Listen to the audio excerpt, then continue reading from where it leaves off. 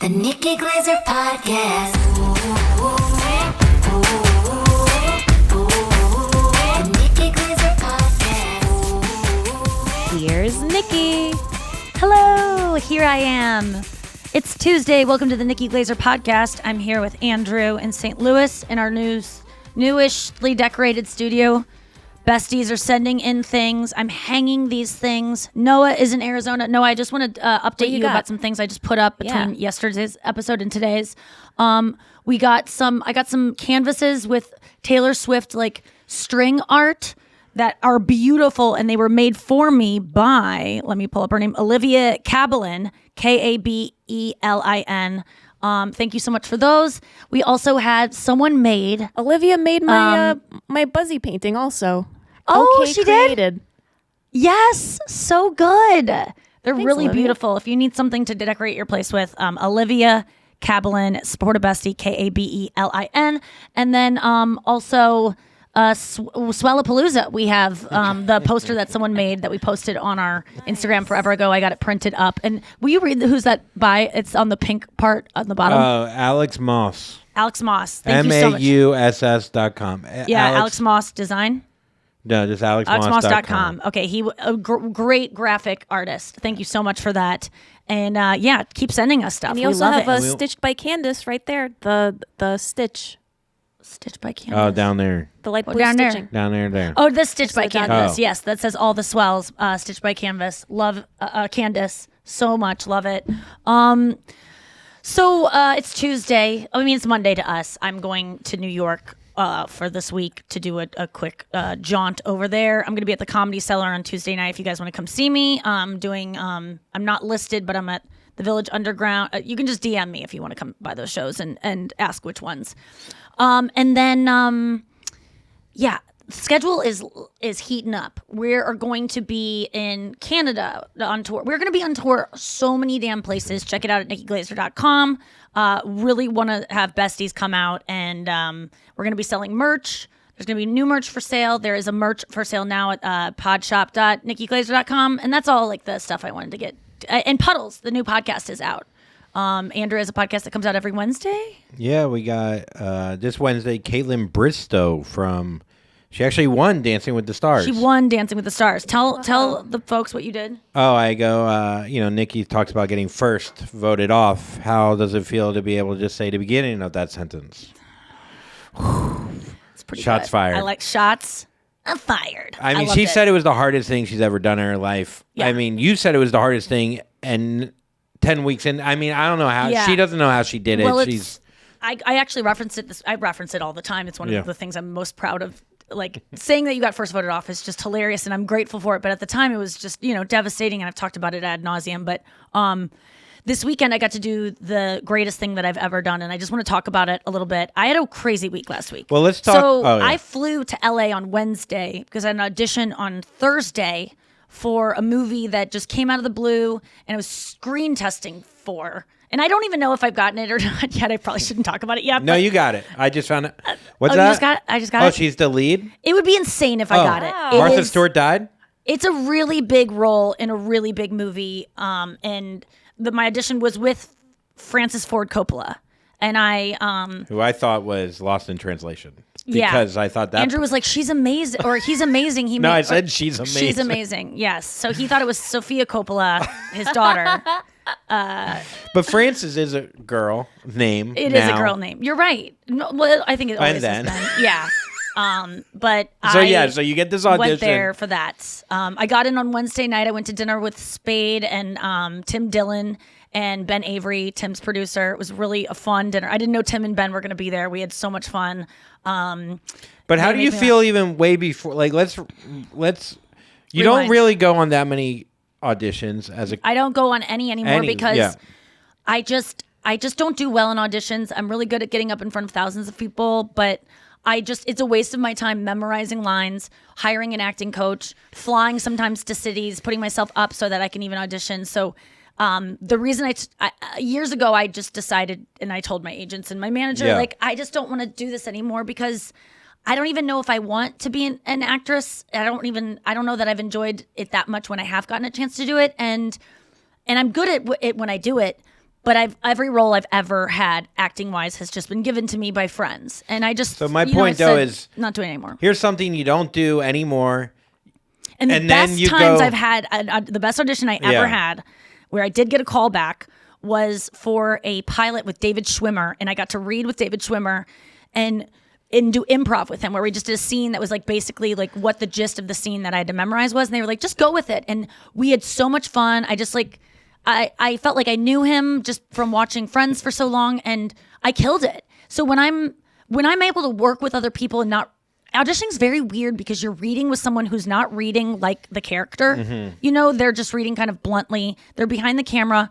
You have to just like mime things. It's just so awkward, and I feel like it's just not it's something that I can figure out I could get good at it, but it's going to take too much work, and I just didn't have time. So I just kind of said, let me just steer towards scripted or unscripted TV and stay away from scripted until it's my time. And so I got this call randomly that said, a producer for Francis Ford Coppola wants you to screen test, which is like you do an audition, then you get a callback, then you can do another callback, then you do a chemistry test, then you do a screen test. The screen test, I didn't even know what it was. I had to ask David Spade, like, what is a screen test? Like, I called Adam Ray as well because he books a lot of stuff, and I'm like, what does this entail? Am I going to be reading with someone? Because it was very mysterious.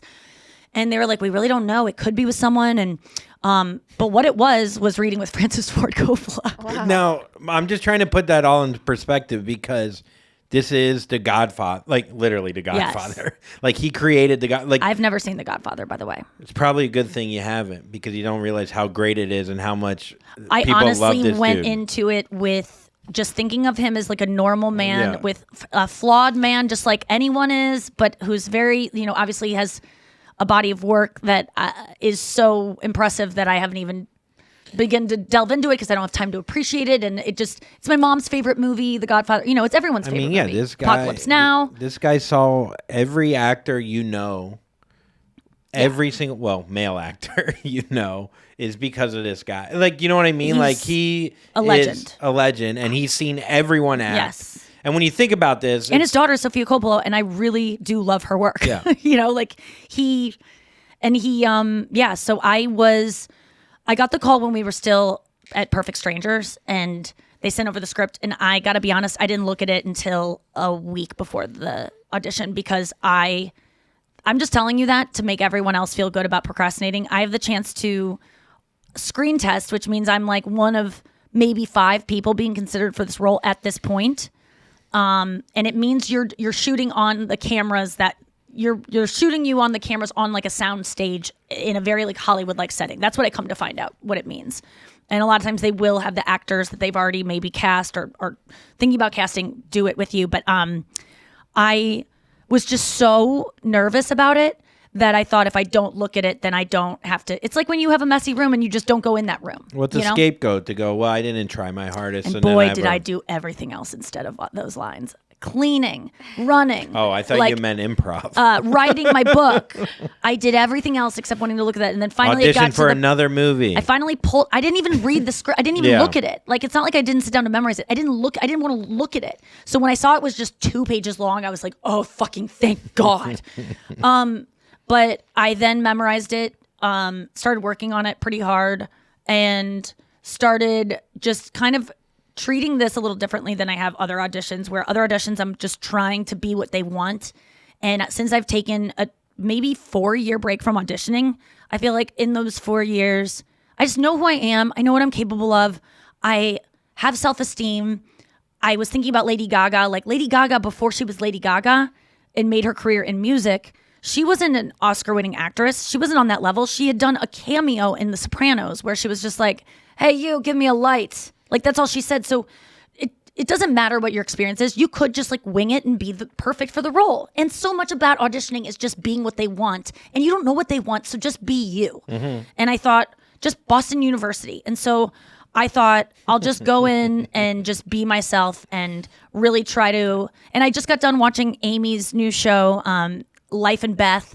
And I was watching so many of my friends and Amy like in this show and like just being themselves, but like also the character and seeing how, because I know them in real life, I can see what they did. And I'm like, I like that. They didn't try to embody this new character, invent something out of thin air. They're just themselves, but a little turned up. And then I get to LA and I start freaking out, and I'm like, I can't believe I didn't do an acting coach. Like, what am I thinking? I did that for like pilot auditions. Why didn't I do it for this Francis Ford Coppola movie?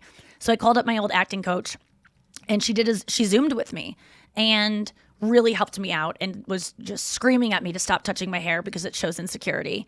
And she told me, in a movie, you don't act. You're not acting. It's not a performance. You need to really feel those feelings. So you need to find a way to think about someone that makes you feel that this person in the scene makes you feel like, have you ever had something like this happen in your life? And I'm like, yeah. And she's like, okay, that person is me. You're talking to that person. And then suddenly everything shifted because it was like I was just myself. Really, I wasn't trying to perform. And but still I was nervous as hell. I mean, I read with her in the morning, an hour before I went in. So I was feeling good coming out of that, but I was also like, what do I wear? Well, I'm going in. They did my hair and makeup first. I was in an hour of hair and makeup. Then I go in and I'm like, I can kind of glean what the part is about, but it's just a scene that's kind of, I didn't read the movie wasn't sent to me. So I do think doing F-Boy, where they give you a script an hour before, you got to get in front of 30. And I know you're like, well, that's not acting. You always downplay No, it. it's a performance for sure. It's definitely a performance. It's a higher version of yourself. Yeah. And you have to think outside yourself, and you can't let the moment. Because, dude, that's the thing is when you do F-Boy, you're in front of 150 people, and it's gotten so normal. Well, Perfect Strangers the first day of first season of Perfect Strangers 2, the first season of Perfect Strangers 2, I was very nervous. Agreed. And then you just go, no, they know what they're doing asking me to do this. And so I'm not going to go in like I don't deserve this. Yeah. And I can't like I get But my there. point though is that amazing. you doing that. This is the difference between how you practice guitar and then you're like, oh, now I got a guitar perform. You are putting in the fucking hours without even realizing it. Yes. And that's like, I love that process when you go, holy shit, like you almost stumble on it, like, oh, I'm ready for this because I've put in the hours here that can easily transfer to this. What I was lamenting to Chris about not having prepared enough and how I'm like squandering this opportunity because I'm procrastinating. And he goes, the difference between 2 hours of work and 50 hours of work when you're at your level are really indiscernible because the work that you put in has been done the thousands of hours leading up to this. All of the stuff that you've done, like, yes, there would be a difference if you worked a little bit harder now, but the massive amount of work, and I often forget that like because I treat each thing like singular things, and I don't think about all the stuff that came before it. And so, it was, so I get there. Yeah. And real quick, I just want to, we can interrupt this too, because I know you have a thing. We could do it after the break. Are you sure? Yes. I have so much to talk, and I wanted to get to Wilco too. We might not get to it on the show, but so I go in. I have no idea what this is going to entail. I get to this like soundstage where they're shooting a bunch of movies. There's like hundreds of people like running around. There's like a wood shop where they're building sets. It's like real movie. I've never been on a set like this. And they send me to this room, and I get in there, and this really nice casting director is there, and this hair and makeup lady, and the hair and makeup lady is like, well, look at who it is. Good to see you again. And I was like, oh no, like it was kind of like a tone of like, and I'm like, do I know you? She had a mask on. And she goes, yeah. It's your French teacher? Yeah. Oh my God, Madam Hood. Ham drip. And I'm like, and thank God, when you're like, I'm so grateful I remembered someone's name, even though I worked with her so much, like there are people I worked with every day on Not Safe that I don't remember, but she was my hair and makeup woman for Not Safe. And thank God I remembered her because I was like, Gina? And she was like, yeah. And I was like, oh my God. So I knew the woman that was doing my hair and makeup. That's a good thing. It was awesome. It made me feel so at ease. And then 2 seconds later, the producer guy who asked for me to audition for this comes in, and I had the feeling they're just looking for comedians for this because I heard about one other comedian auditioning for it. So I'm like, oh, they want a comic. And now, how does that make you feel? Does that make you feel more free to be funny, or that? It makes me feel. It made me feel less special because it was like, oh, they're just picking hot lady comics. They're not like, because the material the way that she and I actually we're fairly similar, but I could just tell that they just were like, okay. I was like, I'm probably going to run into my top 5. I could have yeah. given you a list of who I was going to see that day, but it was just me because they had scheduled us so that we wouldn't overlap. So I went in, I'm sitting there, and then the producer comes in and he says, well, I thought he was the one that like found me. And he's like, I've never seen your act. Tell me about it. What's your shtick? So I told him, and Sounds like an old-timey producer. he's an old guy in his Got late a megaphone 70s, in his 80s. hand. Yeah. And he's awesome. He's nice. And we're talking. Then I start talking about living in St. Louis, which they were all shocked to hear. And then all of a sudden, come walking in the room behind me. I see their attention kind of go to this guy walking in the room, and I turn around, and there's Francis Ford Coppola walking up to me. But can you pick him out of a lineup? You've never seen Godfather. No, but I So is it just Googled an old him, man? and Oh, I'm okay. familiar with even before that. I'm familiar with what he looked like. He looks like currently. Pavarotti, And he also doesn't he? had a kind of. He also had a name tag on. Did he really, though? Yeah, because when you check in there, Okay. So he had a little sticker on. Hi, my name is and Francis Ford FFC, and so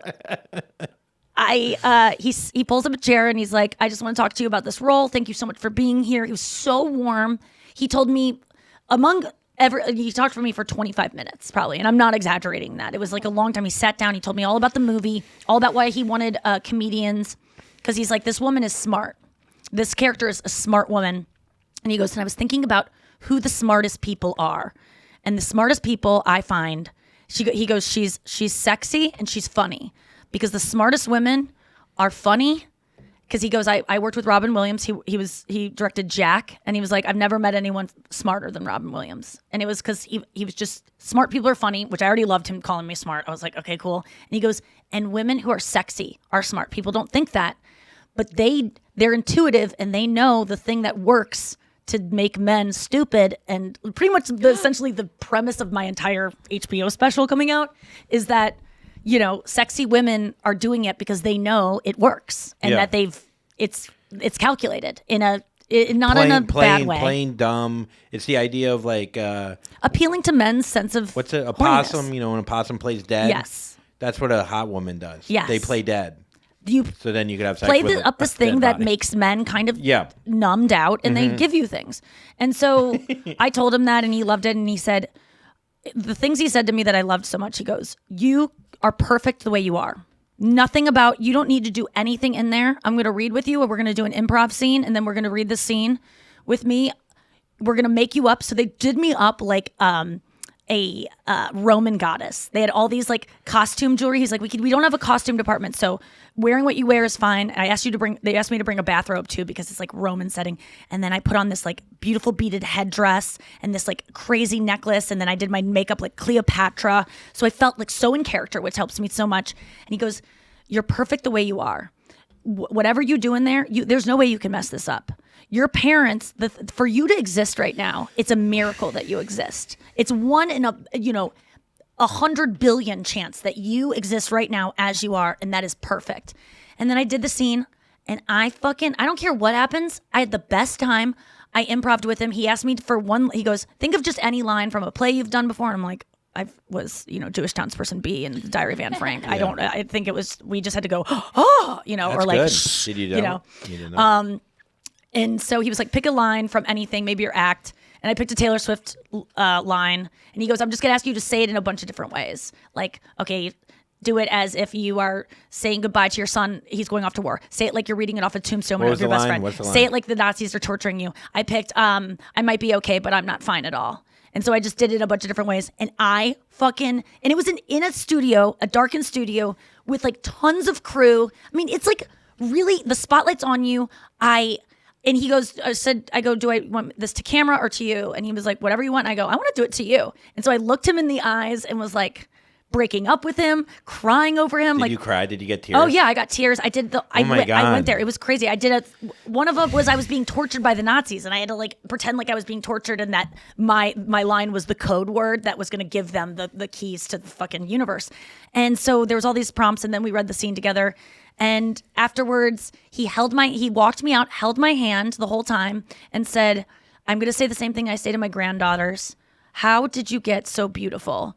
And I said, I think confidence. I think that's what it is. It's like I like myself now. And he said, I think just genetics. And I was like, okay. Did he really say that? Yeah. It's funny. And then he signed a bunch of stuff for my parents. It was awesome. So that was my Your Francis- parents were there? No, my parents. Oh. He asked me if I wanted one of the. He had wine. He has a winery, and I said I don't drink, but I would. My parents do, and they would love it. And so he wrote to EJ and Julie. Love Francis. It was awesome. We got to go to break. So that's my story. And I was getting in touch, man. I was touching. Yeah, it was awesome. We're gonna go to break, and we'll be right back with something special. And we're back. We're gonna get to the news in a second, but Noah, what did you want to tell me or share with me? All right, well, I have something very fun to share with you. Let me just get my music. Okay, we're going to play a game. Okay. And the game is called, is it Taylor Swift or Geoffrey Chaucer's The Canterbury Tales? Oh my God. Are you down for Ooh. this? Okay. Did you come up with this game? I did. And Oh my. the best thing is that I have the quiz set up for besties if they want to play it after the show. Oh my Great God. idea. And I'll- Amazing. I'll link to it on our But won't they know the Instagram. answers because we're about to play it? Well, if they want to test their friends. Oh, I got it. I love that. Oh, Noah, that's so fun. Let's do it. I like that she had an answer for that. You know what I mean? Yes. Like her answer was perfect. It was perfect. I thought a lot about this.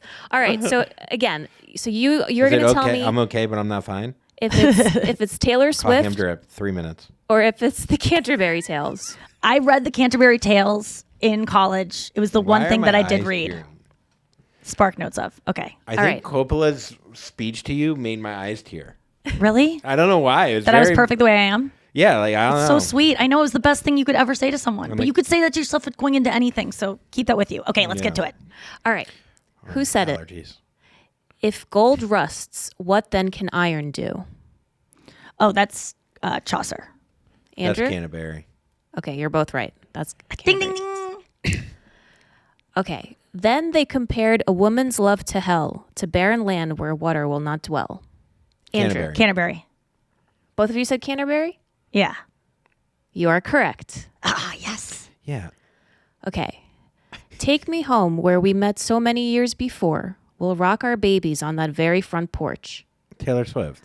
I mean, I don't think there were porches in Canterbury Tales, so I'm going to say Taylor Swift, but I don't know what song that is. You know what? You know what? This is great. I'll make it a little harder for you, Nikki. You have to guess the song. Okay. Yeah. Okay. So Okay. it I is like Taylor that. Swift, and I'm going to guess it's off her first album, Taylor Swift, and it's a song I don't know. it's from Mary's song. Yes, that's from her first album. Yeah, okay, it's the that's EP. it. If you're gonna test me, pull from that album. I don't know it as well. And pull from any book. Yeah, Okay. The man who has no wife is no cuckold. that cuckold was very famous in Yeah. Chaucer. Yeah, So that's Canterbury. I remember learning about what a cuck was back then. Okay.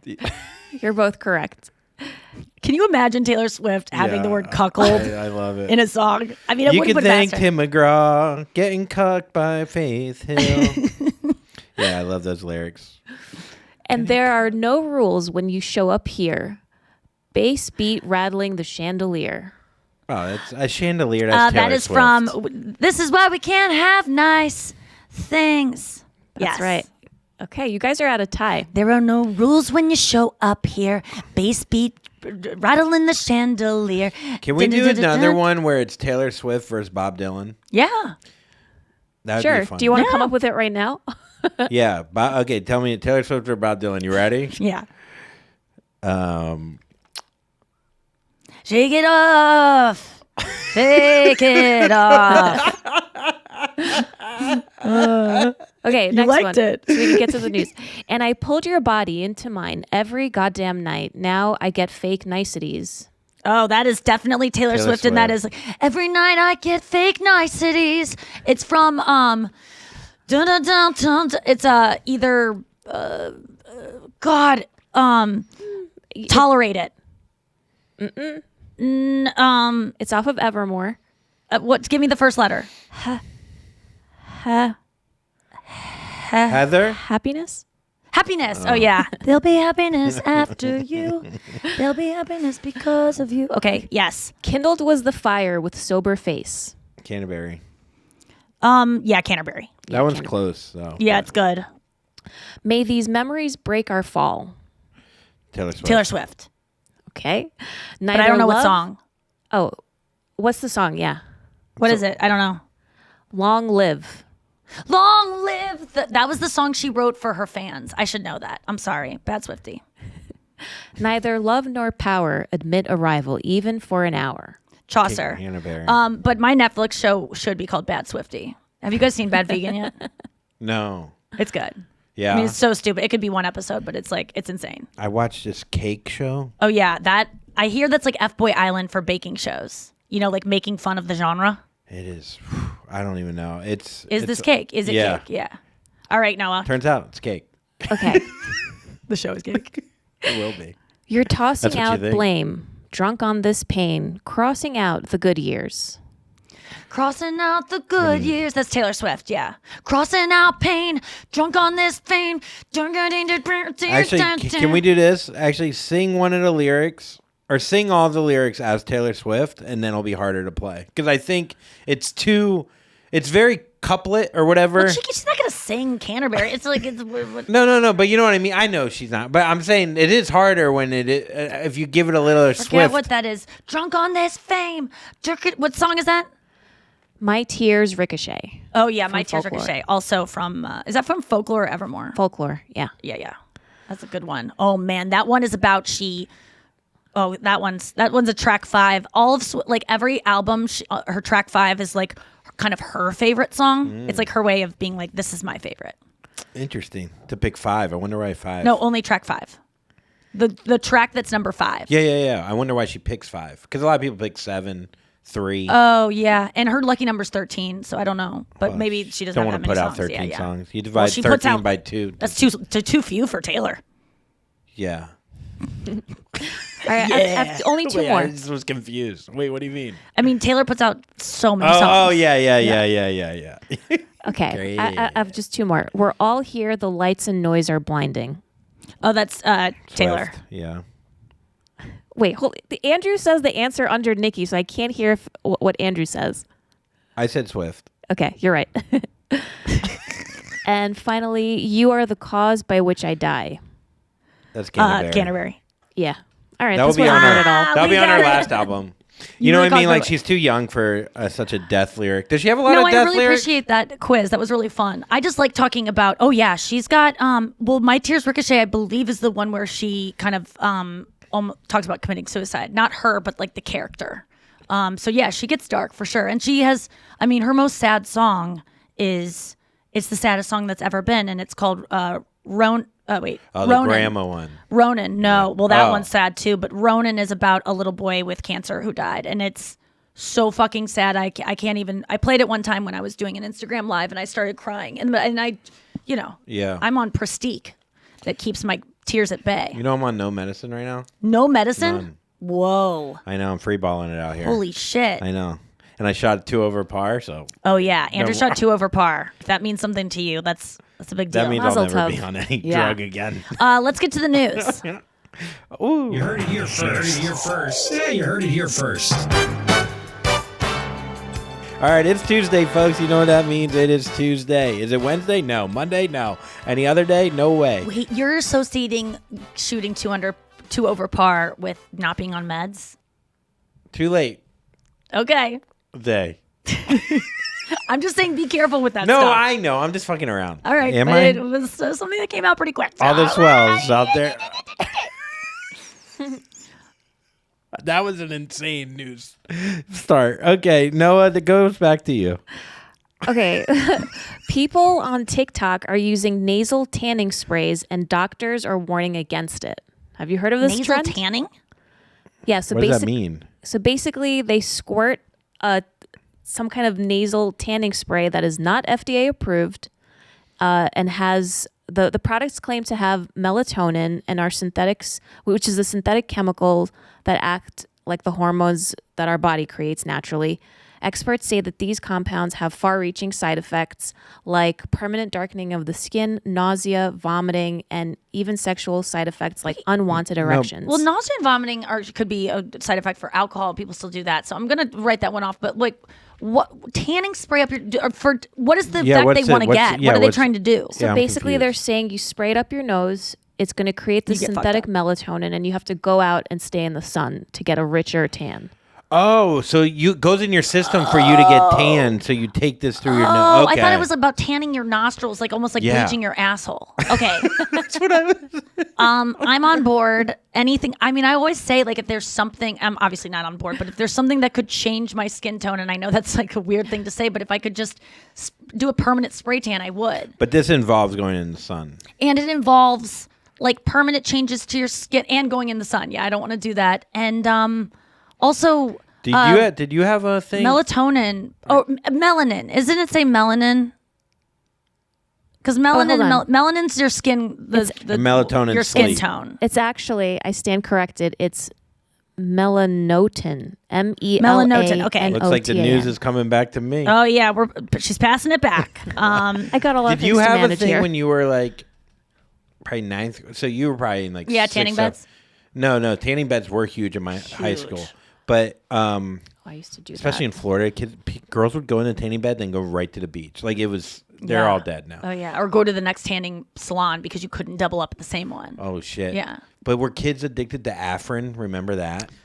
No, but Oh. I remember maybe hearing about that. It was like a big thing. Like Well, medicine does get you a little bit fucked up. Yeah. I mean, people take cold medicine. They're like, I'm out but of just it, that man. feeling of of snorting something. yeah. So I don't Yeah. know. Yeah, I hope people aren't doing this. It sounds like they're eating fucking. I'm on slippery elm. That's my new thing for my throat. It's I read it on some, that New York Magazine thing that I love from The Strategist, where it's like celebrities say their top 10 favorite things that they can't live without. Someone said slippery elm lozenges and drops. I put them in my water, and it really makes my throat like so. I've always been looking for something that helps my voice, and other than having I thought surgery, it was which I like- need to do, or you thought it was like lube, or to get my ring off. I honestly thought it was sexual. Do you still have the ring on? Yeah, the ring is still on. I gotta just be honest though, I have not tried to get it off again, aside from just like, naturally just going like, and it won't budge. So I all of these things, that the Windex and the You know what I think we should do? the string theory. We should do it. We should set up an Insta Live and do all of the things. and get the ring off. Yeah, Well, I why don't really we am do it looking on for like Wednesday night or something, or Wednesday? Yeah, I'll be in New York. Oh, shit. I'll come back Wednesday night from New York, so we'll see. Okay, next news story. All right, another TikTok inspired story. The hashtag Short King has more than 329 million views, with some users calling the increase in interest Short King Spring, declaring short guys the new kings. I mean, I like it. I'm 5'9" and a quarter half. It's such a funny. It's hilarious that's like it rhymes. Yes. If this were in fall, we wouldn't be talking about it. No, It's gonna be tall fall. Short King fall off a Tall fall. high stool. Wait, why? Trying to reach the cookies in the cabinet. These kind of fads go and they come like Listen, let's. it's not a horrible thing. I love celebrating short men and not disparaging them and having them be sex symbols, because Zendaya is towering over They're saying Maybe that's what where the it's trend coming. Is that where it's inspired coming by. from? Tom Holland. Yes, Tom Holland That and makes Zendaya. That makes sense. Well, great. You know what? It really shouldn't matter. I mean, I'm very blessed that I am height blind, and I just don't see height, and it just does not matter to me. A guy being Have you short looked has down? never mattered. What? Huh? What do you mean height? You're eye blind. You don't see them because you're not. Oh yeah, like I just don't know. I've said this before. I Why? just don't know when a man is tall or not. Like I can be like, okay, yeah, but it doesn't Yeah. register in me this way some people do, or it doesn't. I went to my freshman year dance. The first dance I went with the shortest boy in the school, who was probably shorter than you at that time. Like, how short were you? I was early I was on? second shortest in my grade. It Yeah. was me and Clay Elliott, and we were Yeah, I went with really Clay. firing. I'm taller than Clay now. Okay. Yeah. Yeah, I ended up growing. He actually shrunk. He's Crazy little. that He's you ended up growing. I really do think a lot of your height stuff was like your parents' divorce. of why it stunted my Like growth? stunted you. Yeah. Well, my brothers aren't that tall. They're taller than me, It though. affects people differently. Yeah, Yeah, I mean, especially because they wouldn't let me leave a crib and they would only But feed I mean, me like turkey every you hour. you eventually caught up. But like, do you think that when how old were you when your parents got divorced? 13, which is Yeah. apparently the worst age. And that's when you're supposed to be growing. That's like your growth spurt starts. And when did you start growing? Not till you were like 16? But this, 17. Yeah. So it seems like I would guess something traumatic happened during that time that would think just it's make just- you well, have yeah. late puberty. Like you wouldn't have gotten your period till 17 if you were a girl. Well, I remember my dad said, "I will stay with your mom if your pubes stay inside your body." And that's why you were checking them every day in the backyard, in the sun. All right. Let's get to the next news story. What was I going to ask about that though? Wait, can I ask one more thing? Wait, what were we just talking about? Because The I had a short king question for spring. you. Short fling. Short king. Oh, king spring. isn't it crazy that all it takes is one tall actress to change a whole thing? Though it just blows. Like people are, and so the idea that people won't attack the stage. Oh, for Chris Rock Punch? Yeah. It's like No, you just need one example and it makes it okay. And Will Smith, and by the way, he wasn't admonished. It would be another thing if there was like a repercussion for what happened. well, we But don't there know. We wasn't. haven't checked the news yet. He probably got another Oscar. I know that we're still talking on. This is Monday, by the way. So yeah, maybe they're not. I don't want him to take away his Oscar. I mean, it's a separate issue. But like the fact that he was still sitting there afterwards, like really surprised me. Just as a comedian, when you get heckled, or especially if you get assaulted, that person is being pulled out. Not if he's Will Smith. I can't wait to find out what happened behind the scenes. I loved that picture during the commercial break where his publicist was crouched down next to him. Oh, I didn't see that. Oh, but- Yeah. Oh, yeah. And no, Tiffany I did Haddish say it, was talking to Jada. I can't wait for Chris Rock to talk about this for 30 minutes. He's gonna fucking. Yeah. Oh my! It's gonna be. Chris Rock talked shit about Jada Pinkett a couple years ago. Yes. When she wasn't there. Yeah. So I think it added up. Sure. But So I think Will was like waiting for him to say something. I don't think he had any plan to do what he did. Even though he did tweet like we're bringing the chaos tonight, or like he that was the caption for his Instagram beforehand when it was just like pictures of them getting ready for the Oscars or like like on their way or something. It said something about like bringing the chaos. I joked that Kevin Hart's like, man, thank God I made those gay jokes 15 years ago. All right. Maybe Will next Smith story. has a new album coming out. Oh It's all yeah. a big conspiracy. Who does? Oh yeah. I'm Andrew's surprised ears Andrew perked. isn't like. I just think it's probably Oh, Will the UFOs. Smith trying to get. It's probably my tinfoil hat. I did love the tweet with the blinky thing where it was like Will Smith trying to make people forget. The Men in Black. Oh, blinky yeah. thing that makes you Oh, forget yeah. what happened. I liked that. All right, let's take a quick break and come back with Why Do I Care? Why do I care? All right, why do I care? All right. I think you do care about this. Taylor Swift will receive an honorary doctorate of fine arts by New York University on May 18th and will also be speaking at the school's commencement at Yankee Stadium. Oh my God. Wow. Oh, those lucky grads. She's got the official award that she's going to receive. The title is Doctor of Fine Arts.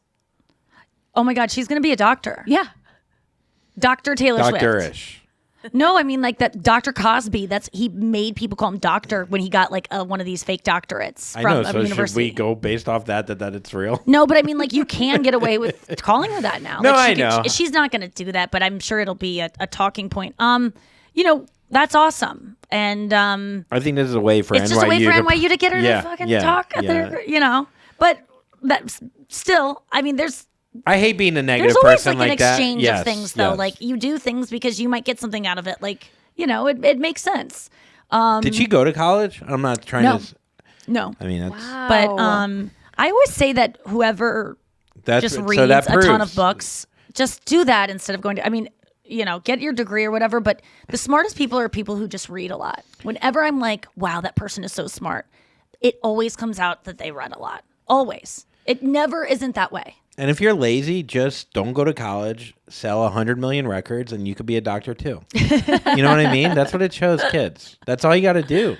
You could do it too. Oh my gosh. she's so I think aren't they teaching a class too on her lyrics? Yeah, that seems like ridiculous. But it is fun to have. I mean, it's fun to analyze art. There's tons of college classes. Like I took guitar, I took like body movement. There's always those ones that are just kind of like just fun and get headlines. And if you have Swifties out there that are trying to go to college, you're going to get a lot of applicants at your university if you offer a Swiftie class. Yes. So it's everyone's winning. Things are done. It's rare that things are done just for the sake of being. Yeah, you could take it good. right in between There's always- TikTok and Pinterest. Pinterest. All right, I don't know. Is that a thing? Pinterest? Oh yeah. I'm just saying, like those are the classes now at college. Oh yeah. Oh, I'm sure. This morning I got TikTok 101. They're teaching me. I mean, that would be actually a better Class. skill to have than honestly, I'm not most even degrees. kidding. Is just knowing how to quickly learn a dance. Gary V. Okay, let's go to our Tuesday segment, Reddit dump. This is your Reddit dump. I mean, I'm on Reddit every fucking night, and I just wanted to share some things that I've found. Let's see. Oh, I loved this. This was from True Off My Chest, the subreddit where people just say things that are off their chest. Someone said, 3 years after becoming disabled, it's the best thing that ever happened to me. Nearly 3 years to this day, as a 19-year-old, I was at my friend's birthday party when I smoked what I thought was weed. It wasn't. It was some synthetic plastic shit. I blacked out after a head spin, then woke up a 4-hour flight away in a hospital with no idea what's going on. Turns out I jumped off the 5th-story balcony, snapped my left humerus, 4 vertebrae burst, blah, blah, blah, blah, like all of this awful things. I'm just trying to make this a little bit shorter. I went from being a 19-year-old that didn't think about others to someone that can empathize and understand other people's problems. All I want to do is help. I won't be able to walk again or go to the toilet normally, but in the last 3 years, I got engaged, got into our Wheelchair National Tennis Academy, and I'm about to start a business that helps young people with disabilities accept themselves. I'm proud of who I've become, and I wouldn't change anything. That was just so beautiful. Yeah. For someone to have that much perspective Yeah. already. You think it's a girl? You automatically think it's a girl? I I went did. he. That's so funny. Where did you go? I don't know why I picked he. It's kind of like when Is you it just a think, she? I don't know. I thought she. It's unclear. Or they, I guess. But It's a he. Oh. Or it's someone who obviously, identifies as a man based on their little avatar thing. does it show who his wife is? I'm not saying that to be No. mean. I'm just wondering. No. I'm always amazed by the people that like marry someone. I mean, that their dick might not work. You know what I mean? Yes. I don't know. I'm really I'm always wondering what's going on there. Honestly, you do not need a dick that works I guess to not, have a good yeah. time in Yeah. bed. You can fucking ride their knee, first of all. But they You can hump their knee. They could, and they have ways that disabled people can have sex. There's sex swings. There's fun stuff. And even if he doesn't have a working dick, what do lesbians? People always with this argument. no. How do lesbians get off then? I think it's awesome. I think You know? yeah. Short kings. Short King Summer. This is from Old School Cool. In 1955, author John Steinbeck wrote a letter to Marilyn Monroe asking for an autograph photo for his nephew.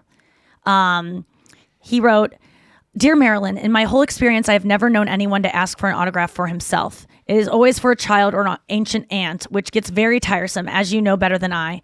It is therefore with a certain nausea that I tell you that I have a nephew-in-law who lives in Austin, Texas, whose name is John. He is his foot in the door of puberty, but that is only one of his problems. You are the other. I know that you are not made of celestial ether, but he doesn't. A suggestion that you have normal functions would shock him deeply, and I'm not going to be the one to tell him. On a recent trip to Texas, my wife made the fatal error of telling John that I had met you. He doesn't really believe it, but his respect for me has gone up even for lying about it.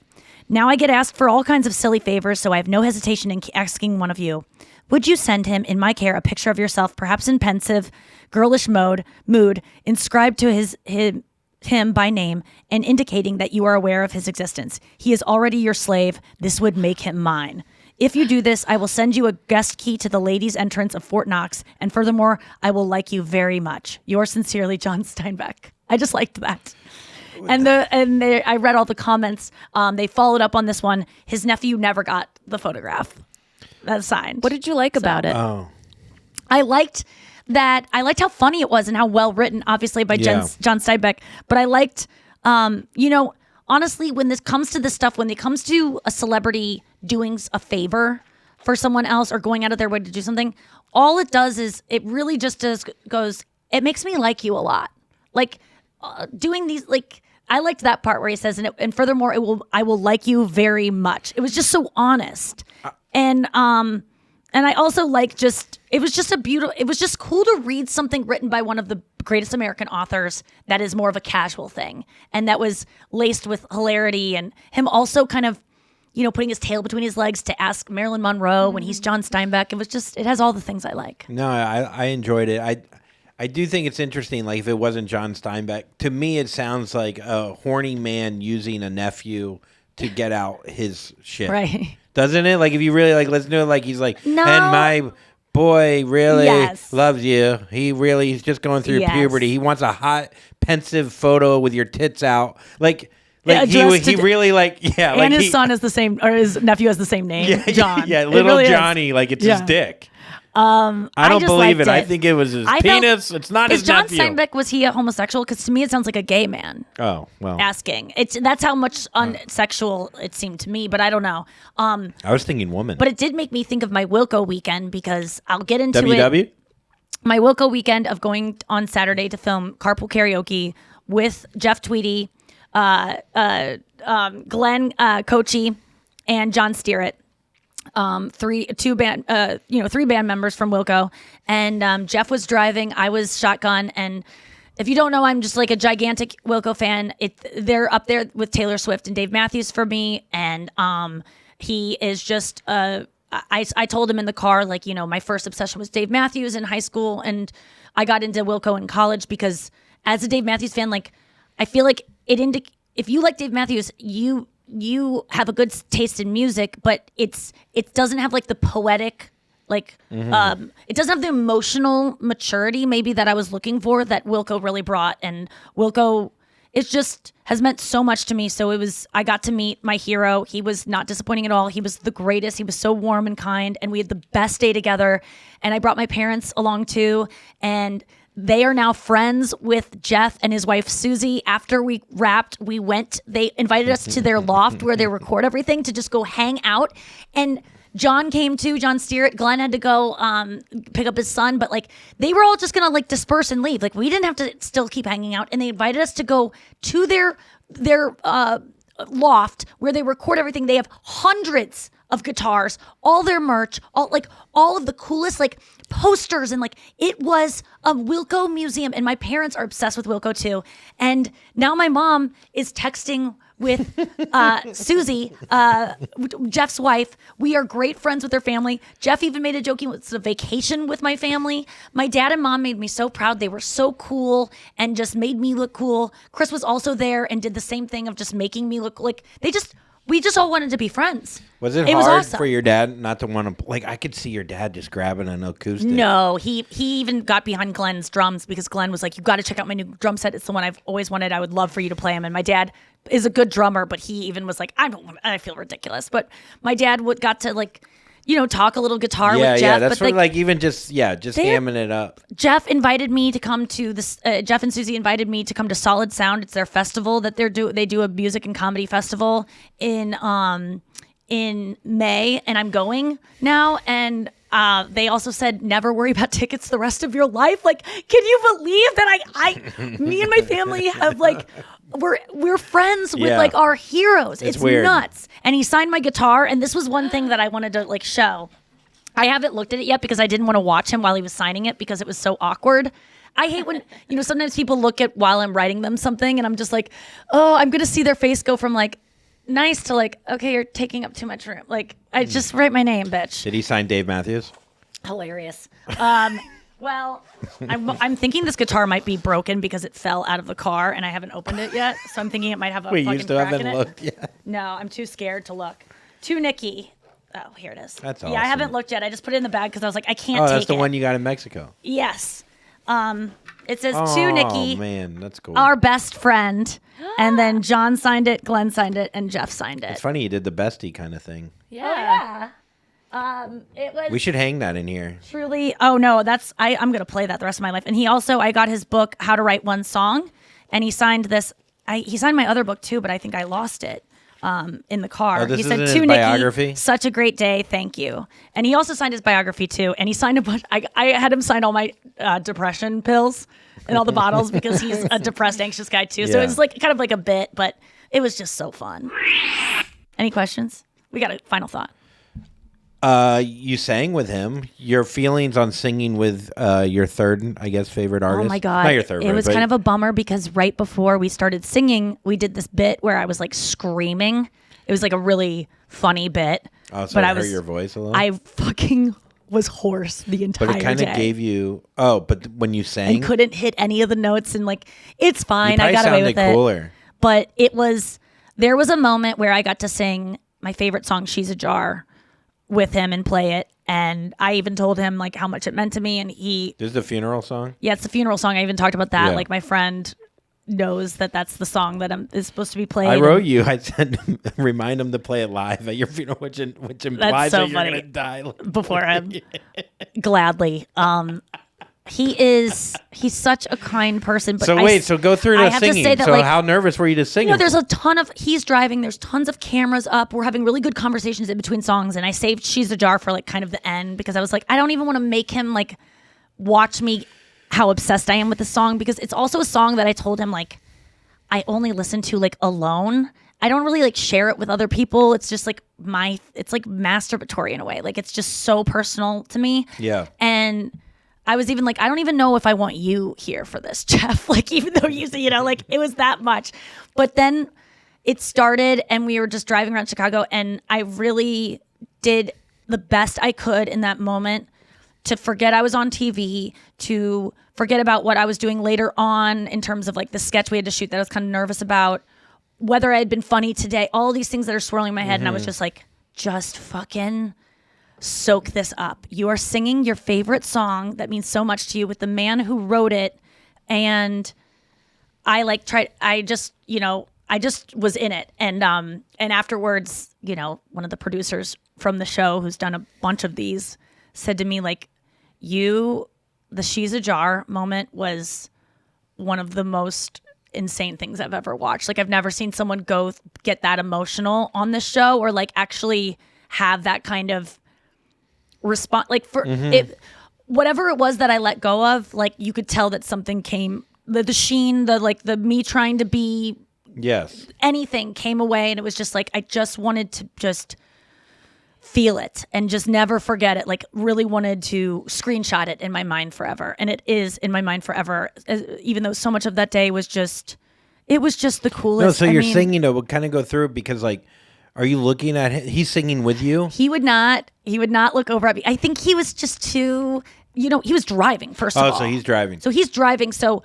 it wasn't, there were times where I was like, do I make eye contact with him? Should we sing together? But I think it was, so the artist drives and then he asks you what your favorite songs are? No, and then it was you like sing to him, or is it? No, it was kind of like me like running, like I was kind of like steering the conversation and kind of because he was driving and like it's his music, and I felt like I was the one that brought him there and had so much so I kind of set him up to talk about music and stuff, and also shared my own stories. But we just had a fucking great time. And Glenn and John were so goddamn nice. And like, these guys are my friends. Like, they're truly, I love them so much. And it's just so often you meet people that mean so much to you and they just aren't what you want them to be. But he was just such a normal guy. And the way that they were hospitable to my family afterwards. And I kept being like, oh my God, they probably just want to wrap this up. Yeah. Like, we were at their studio afterwards for 2 hours, just shooting the shit, talking and laughing. And they're going to watch the reality show. They're so excited about it.